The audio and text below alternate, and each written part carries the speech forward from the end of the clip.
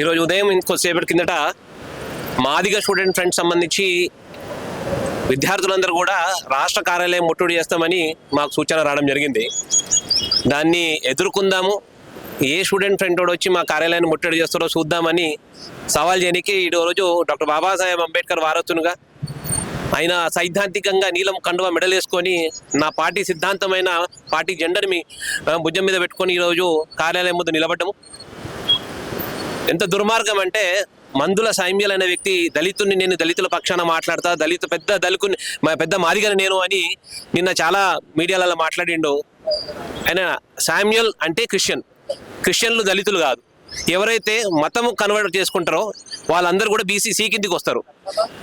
అంటే సమాజంలో ఏ రకంగా అయితే బతకనికి శాతగాక, కుల వృత్తులను కాపాడలేక, చర్చు ఇచ్చే పైసలకు ఆశపడి చర్చుకు పోయి మతం మార్చుకొని ఈరోజు మళ్ళీ దొంగ సర్టిఫికెట్లు సృష్టించుకొని ఎమ్మెల్యేలు అయ్యి అట్లాంటి వ్యక్తులు డాక్టర్ బాబాసాహెబ్ అంబేద్కర్ ఏదైతే రాజ్యాంగపరమైన రిజర్వేషన్ హక్కు ఇచ్చిండో ఆ రిజర్వేషన్ హక్కుల్లో వాస్తవికంగా నిజమైన నికాసైన దళితులం మేము, అంబేద్కర్ వారసులం మేము.